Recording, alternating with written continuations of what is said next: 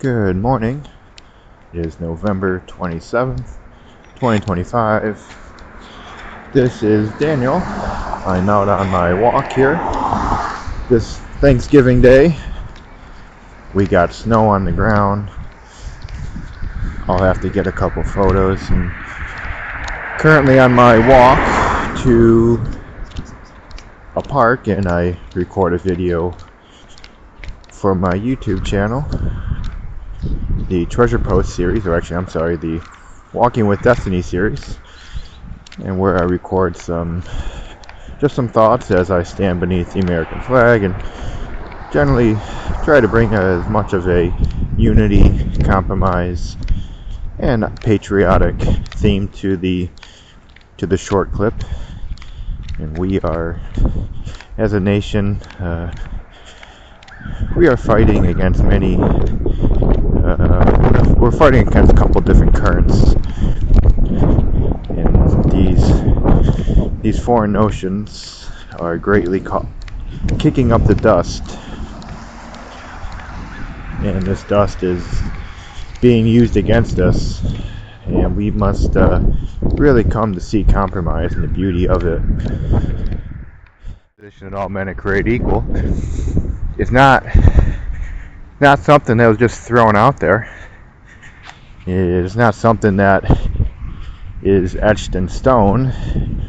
It is etched into the eternal calling that we stand on, the eternal cornerstone. And when we start testing this idea, this theory, what we are actually doing is we are walking to the edge of our existence, the edge of our understanding, where the true freedoms, the true ideas of this nation begin, and the dust begins to settle. When we walk to this barrier, to this point, there is generally a lot of negative feedback. There is a lot of potentially fear, discomfort, but that is the duty of walking towards the exceptional greatness of this mighty proposition and our mighty freedoms. But what we have done is that we have exalted our freedoms, exalted these words, and with the idea that they themselves will carry the weight of the world, carry the weight of our freedoms, carry the weight of our responsibilities. And as a result, we have forgotten that these freedoms, this mighty proposition, this cornerstone, requires regular work, regular maintenance, regular testing, regularly being brought back out into society, kind of opening up the capstone and releasing this idea, this proposition back into society. And when you do that and do it in your own life, you begin to see the dust. You begin to see the barrier, the edges of existence, your freedoms, and how many are taking their freedoms, taking this proposition in vain. They think it will just work out. We must work, nurture this idea. We must test it daily. We must walk in our freedoms daily. We must come to know them so that they grow stronger in us, and that we make sure that others are walking in these freedoms, coming to know these freedoms. And perhaps the greatest freedom that we have greatly taken in vain is our right to the First Amendment. And what we have decided is we've decided to weaponize our First Amendment through podcasting, literature, journalism, in an attempt to just provoke, tempt, to stir up, in an attempt to bring something through chaos. And that is a very vain idea. There's nothing that comes through chaos except for more chaos, destruction, and then more dust and more division. And we need to start edifying our thought through appropriate speaking, through patriotic language, the language that this idea, this proposition all men are created equal, and our freedoms these ideas were thought of, they were written to promote this almost divine language, this divine city on a hill that can come about through the testing of these ideas, these freedoms, through speech.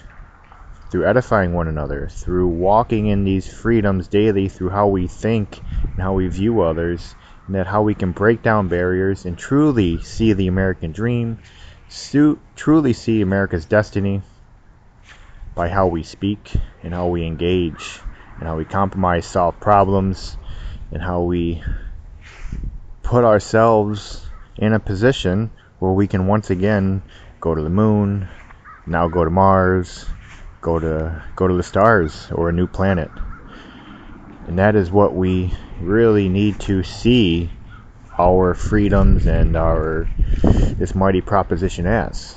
Not just something that is, not that something was just written as an idea and then stir up dust just to say that it doesn't work, or to say that we don't have freedoms or our freedoms aren't working, so that we can just have another staged constitutional convention, which it seems that some people want. But we truly need to dig deep into the well, the American well, where the spirit of America is, our creative and vigorous and robust spirit lays. Bring it back. And we need to bring it back by sitting patiently by the well, coming to know the well, the knowledge and the depth of the well that we can then all use to drink from. And we drink it and we become filled with the American spirit. We become filled with freedoms, filled with the courage to walk to the edge of our understanding of what freedom means, what our liberties are, and what this great proposition means, the proposition that all men are created equal. What does it truly mean? And how can we forge it into our society? How can we bring others up into this concept? How can we bring the world to this concept? And what more can we accomplish through walking in this idea in our freedoms on a daily basis?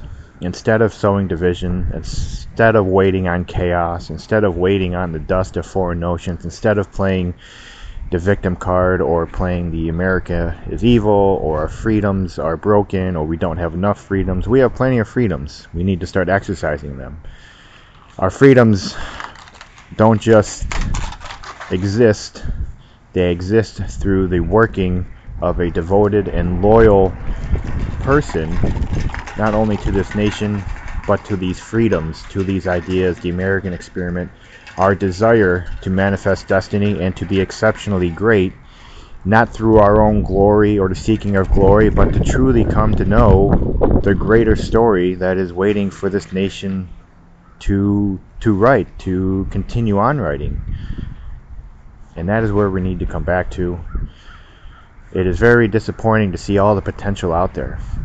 The potential that these freedoms provide, the potential that exists in our founding story, our founding documents, our system of government, our economic system, which is a bit messed up and running backwards. All these social theories, which are all seem to come from envy and various forms of disruption in life and dust of foreign notions. And we can quench all that if we just come back to our origin of story, come back to the capstone where the proposition that all men lays, and it's just waiting to come back out, waiting to be tested again, waiting to be used as a sword to go forging through our society, conquering the dust of foreign notions, so that once again we can see our destiny, we can see the potential, and we can see the beauty that is waiting to become with just a little bit of courage, a little bit of loyalty and devotion to one another, to our nation, and to the story that is waiting to be fulfilled, this great American story that needs some work. But with continued devotion and loyalty, we can accomplish great things. But we really need to take our face out of the dust that is continuously being thrown at us, and we need to stop participating in it, stop struggling with it. We need to step back into compromise and unity, sit by the well of the American spirit, and drink from it, become encouraged, use edifying speech and language, dialogue with one another, so that we can give life to our freedoms, give life to our society, our economy, give life to the proposition that all men are created equal, and let these beacons of hope shine mightily up in the sky, so that they can become blessings for all of the world. Those who have been lost, swept away, have had their life taken from them, We must work towards that. These beacons must be reinstalled into the sky as heavenly blessings. And we do that by now fulfilling our calling, putting on the fullness of the American spirit, put on the courage, put on the loyalty, the devotion to these freedoms, to this idea, the proposition that all men are created equal. Put it on in its fullness. Come to know the depth of these ideas, these propositions, as you sit by the well patiently, becoming washed of the foreign notions, this dust, and then take it with you out into society, take it with you out into the world, strengthen your neighbors, strengthen your community, participate in the economy,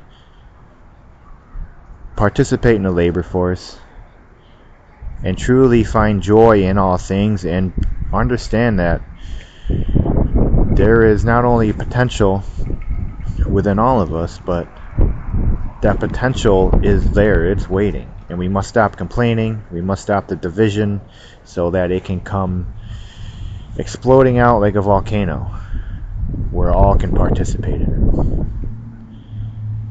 it. So there's my patriotic ramble this morning, and I do thank all for listening, and I truly do encourage all to listen wholeheartedly to this message. It is very important that we understand our freedoms to their true and pure intent, and that we walk in them daily. We're strengthening them daily, and that we are using them towards the righteous cause of fulfilling destiny and continuing the story that the American story is, the American experiment is, and that we all have a role in participating in the story. We all have a chapter to write, a sentence to write, a new word that needs to be brought, a new idea that needs to be written.